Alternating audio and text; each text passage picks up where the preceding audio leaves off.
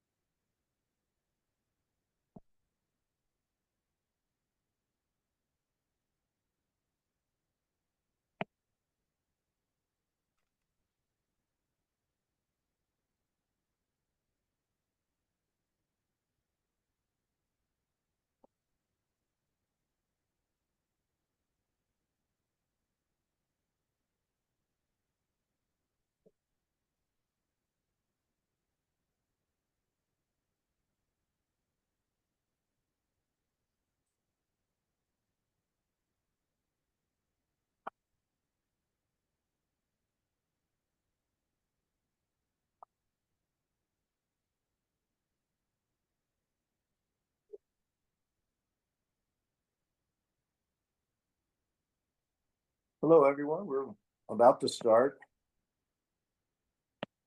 I don't know if we have everybody yet. There is a number that's clicked on that just says a number. It's a 702 number. It doesn't tell me who that is.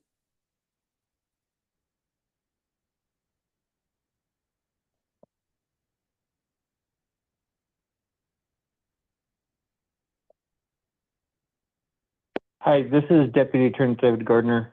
That may be me. Let me double check. The one that ends in 0271. Is being locked in as well. The number is, boy, it's in real small print, 702-281-30271, which seems Yeah, like this is Deputy Attorney David Gardner. That one's fine. Okay. So that's fine. I got another one connecting, and John Farrell just came on. But okay, well, I guess we'll start and see if we have quorum. So good afternoon. This is the time and place set for a virtual meeting of the Executive Committee of the Governor's Workforce Development Board. I'm Don Soderberg, Chair. And Tiffany, if you could please do a roll call. Will do. Chair Soderberg, Here. Robert Benner, Jerry Merritt, Present. Marshall Sneed. Present. Tiffany Vasquez, Office of Workforce Innovation. For the record, I hereby affirm that this March 19th Governor's Workforce Development Board Executive Committee meeting has reached a quorum. I further affirm that the agenda and notice for this meeting was properly posted pursuant to Nevada's Open Meeting Law, NRS 241020. Wonderful, thank you. We made quorum by the skin of our teeth here. So let me switch screens. Okay, so the next item on the agenda is public comment. Members of the public on remote technology are invited to provide comments at this time. No action may be taken on any matters during the public comments until the matter itself is first included on an agenda as an item for public possible action. For anybody who would like to make a comment, you can visit zoom.com or dial in at 669-900-6833. Meeting ID is 898-0523-160, and the passcode is 888210. Are there any comments on the telephone? Are there any public comments on Zoom? Hearing none, we will move forward. We have a lot on the agenda today, and I apologize for that, but that's just the way it sort of came up. First item for possible action is the approval of December 11th, 2024 minutes. Has everybody had a chance to take a look at those? I hear silence, so I'm assuming yes. I'd entertain a motion to approve the minutes of the December 11th, 2024 meeting. Jerry Merritt for the record. I move to approve the minutes. Thank you. Is there a second? Me for the record, I second. Thank you. All in favor, say aye. Aye. Those opposed? Motion passes. The next item on the agenda for possible action is a number of state compliance policies. Do I see Kara Abe on the line? Kara, I would hand over the phone to you. Great. Thank you, Chair. And good afternoon. For the record, my name is Kara Abe, ESD Program Chief for DETR's Workforce Innovation Support Service Office, also known as WIS. I'll be presenting 4 state compliance policies for the board's approval. These policies are necessary for the efficient and stable operations of our workforce system in the state of Nevada. These policy changes are all non-substantive and require the Governor's Workforce Development Board's Executive Committee's approval before posting for publication. The first state compliance policy is 1.8. This is the Adult Program Design, Career and Training Services. To summarize, this policy revision provides program requirements for the adult dislocated worker programs. WIOA requires employment and training activities provided by the American Job Centers into two categories: career services and training services. Eligibility requirements for services in these categories are different and are indicated within this policy. The policy is revised for compliance to provide clear and concise guidance to the local workforce boards for local area policy development. As such, references rescinded in the policy TEGL 315 has been removed, and the policy has been updated with several newly issued TEGLs to reflect the most recent directives from the Department of Labor. And the Nevada Technical Assistance Guide tag 15.3 will sunset upon approval of this policy. As such, references to the tag throughout the policy have been removed and replaced with references to the updated state compliance policy. We've also removed attachment A as it is no longer relevant since the inclusion of the prior policy in 2016. State Compliance Policy 1.15, titled Adult Dislocated Worker Support and Services and Needs Related Payments. To summarize, this policy provides WIOA requirements for the adult dislocated worker programs, supportive services, and needs related payments. The policy changes include removal of references to rescind the TEGL 315. And again, this one has also been updated with the newly issued TEGLs to reflect the most recent changes from the Department of Labor. A more comprehensive list of allowable and disallowable services that fall under 20 CFR 680.900 has been added to avoid ambiguous language in the prior version of this policy. Outdated verbiage has also been removed that referenced an older management information system, also known as OSOS, and has been replaced with references to the current management information system, EmployNV. For State Compliance Policy 2.2, WIOA Youth Program Design. This policy provides program requirements for the WIOA youth programs. The purpose of this revision is to update the formatting, federal regulations, and references throughout the policy. In addition, the hyperlinks have been added for easier accessibility to reference documentation. This policy is being revised for compliance and to provide clear and concise guidance to the boards. And attachment A has been determined to be obsolete and therefore removed from this policy. And in State Compliance Policy 5.8, this is the Governor's Reserve funding and set aside for pilot projects. This policy provides the requirements for the use of Governor's Reserve funds in special projects and the monitoring of the funding. Revisions now satisfy an audit finding from the Department of Labor, which found Nevada had insufficient subrecipient monitoring and oversight procedures within the policy. The guidance has been updated within Nevada's Technical Assistance Guide 25-2 and has been added to clarify the section process as well as monitoring process of these funds. With that, I conclude my summary and I will be available for any questions. Are there any questions of Ms. Abe on any of these four proposed policy amendments? Hearing none, I'd entertain a motion to approve SCP 1.8, 1.15, 2.2, and 5.8 as provided in the materials and described by Ms. Abe.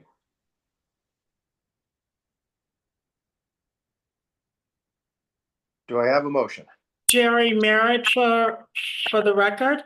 I move to approve all the statements as stated. Is there a second? Marshall Sneed for the record. A second. Thank you. Is there any discussion? Hearing none. On the vote, all in favor of the motion? Aye. I'm sorry. Is somebody speaking? Said aye. In favor. Oh, okay. Everybody who's in favor, say aye. Aye. Anybody opposed? The motion passes. And let the record reflect that Rob Brenner has joined us. So now we have 4. Always makes me feel better. We get closer to full. Okay, the next item, and I'm switching screens here. I do apologize. Our next for possible item are revisions to our bylaws. Just as a little background, our bylaws were a little out of date, and I'll kind of go through some of these changes. I'll defer a little bit to our staff who really did the lion's share of the work on this, and I'll give you a little background on what I think we need to do some. Some things are just grammar. They hadn't been revised in a long time.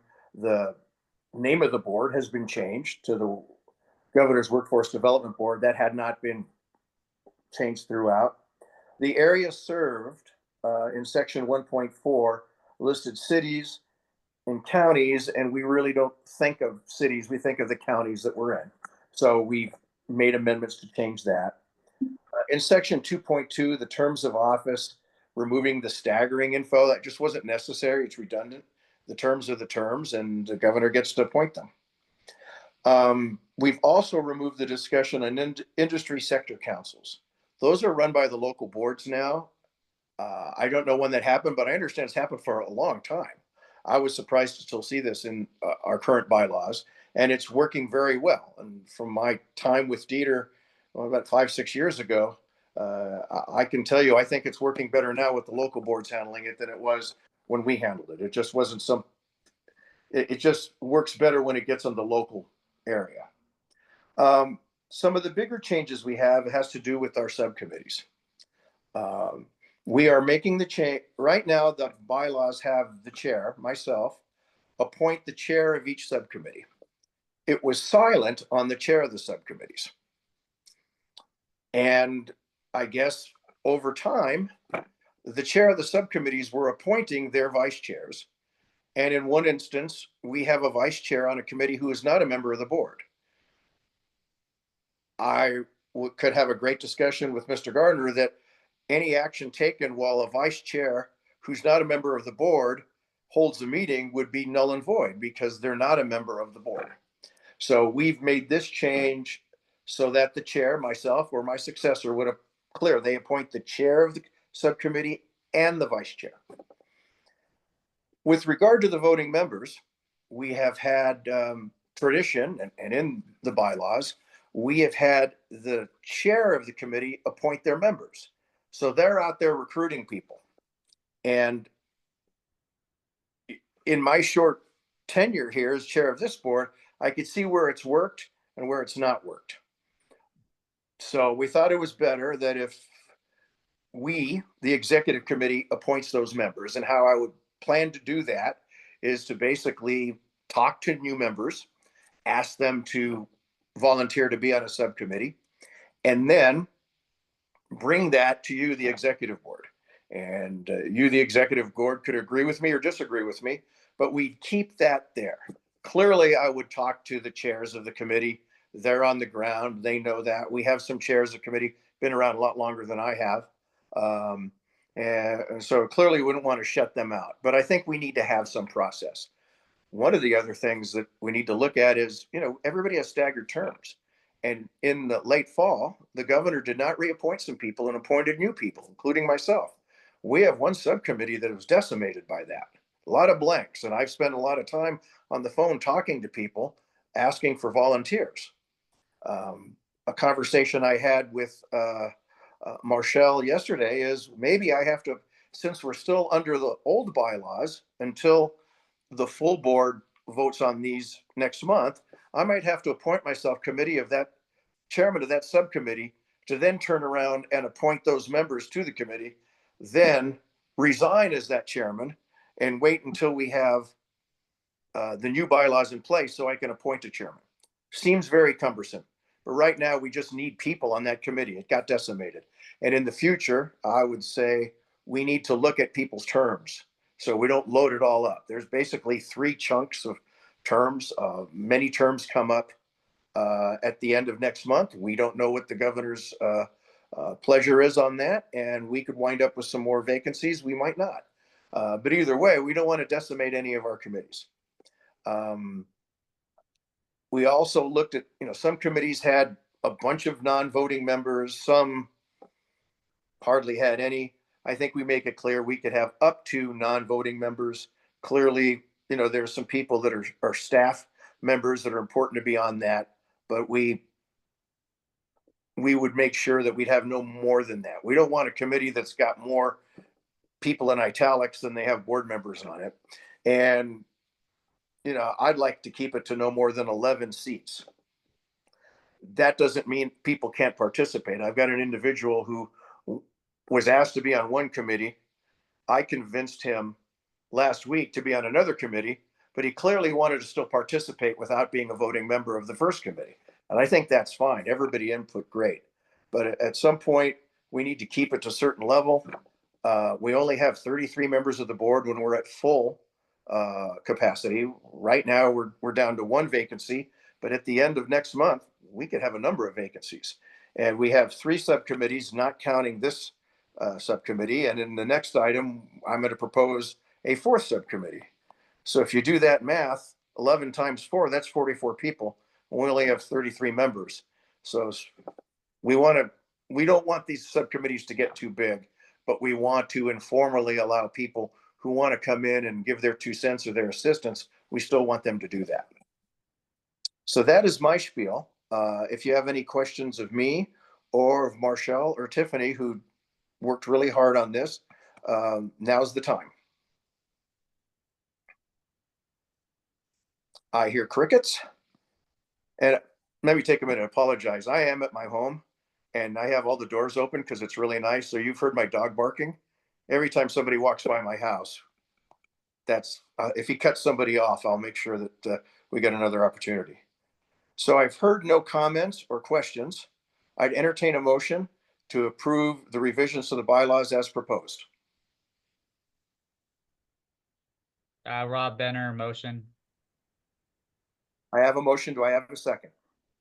Jerry Merritt, for the record, I second. Thank you. Any discussion on the motion? Hearing none. We'll take a vote. All in favor of the motion to accept the revisions to the bylaws as presented, signify by the sign of aye. Aye. Aye.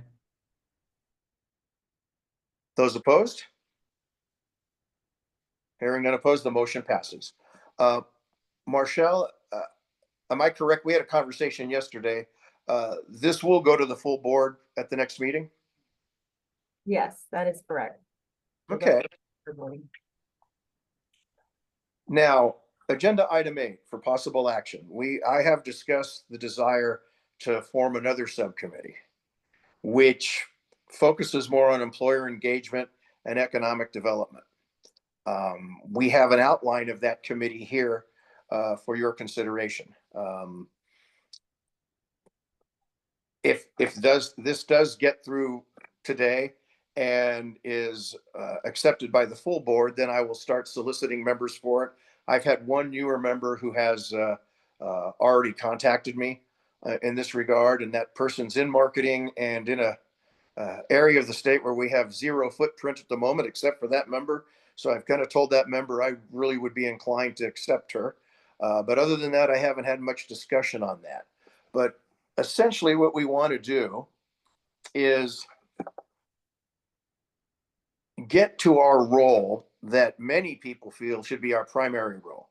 And that is engaging employers into the workforce system. As we've heard many times, we're the best kept secret. There's so much help we can give employers in their recruitment and the training of good qualified candidates, but a lot of people don't know we're here.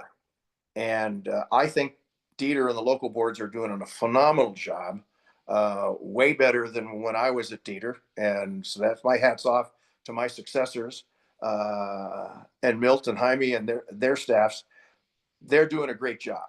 So I don't believe it is this subcommittee's job to reinvent the wheel. But if we could come up with something that assists them, we clearly want to investigate that.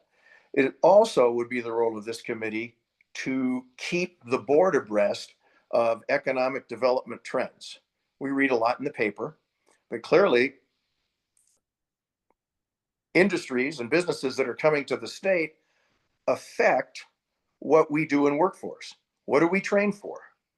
For example, and this is just an example, we have a provision at the legislature now that would create tax benefits to move up to 2 full movie studios to Las Vegas. And these aren't just little studios. These are the big legacy ones that we've heard of all our lives. They will have a number of job classifications. Many, there are people ready, willing, and able to do those jobs now. Many are whole new disciplines that we typically don't have a lot of people. We need to know what's coming. We need to know what those industries coming in will need, and how does the workforce system accommodate that. So that would be the other big part of the job of this subcommittee. We have before you I would call the blurb, so to speak, the description of the subcommittee in a format that our other subcommittees have. And it would be my hope that today the executive committee could move forward with this and we could take it to the full board. Does anybody have any questions or comments on this item? No questions here. Just kind of wanted to add that when you're looking at representation for this specific subcommittee, that it's very important that when we're considering members, that we have representation from all of the state, not just heavy on one county, that we make sure that we have the rules represent, of course, the north and the south. So just wanted to add that comment. And the board now is with the new members coming on board, is more reflective of that representation anyway. So I think this is a great actual committee to add. So, and just to make sure we have representation. Thank you. I would definitely agree with that. Are there any other comments? Hearing none, I'd accept a motion to add the Employer Engagement and Economic Development Subcommittee to our list of the board subcommittees as detailed in the description provided.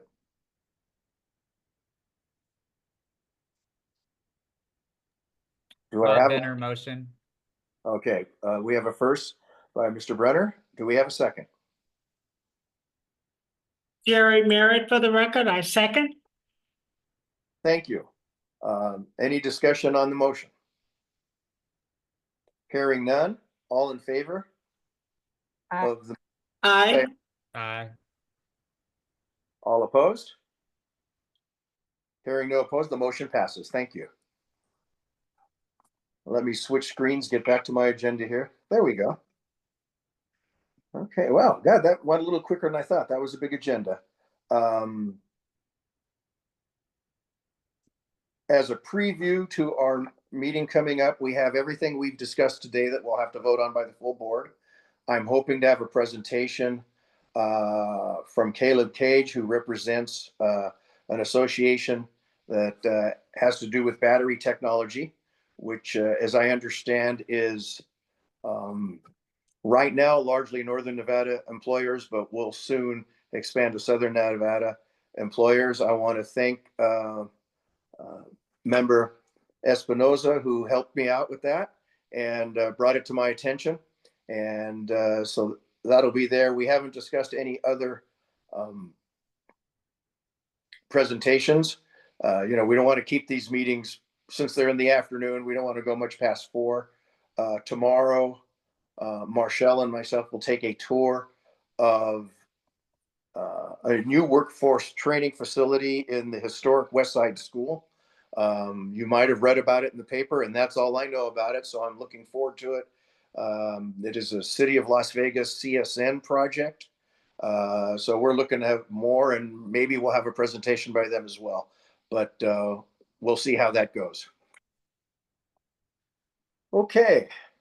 The second public comments. Members of the public are invited for comments. Again, no action may be taken on a matter during the public comments until we have placed that item on an agenda. Are there any members on the telephone who would like to make a public comment? Hearing none, are there any members in Zoom who would like to make a comment? Hearing none, I would entertain a motion to adjourn. So moved. Is there a second? Rob Benner, second. Thank you. All in favor of the motion, say aye. Aye. Aye. Those opposed?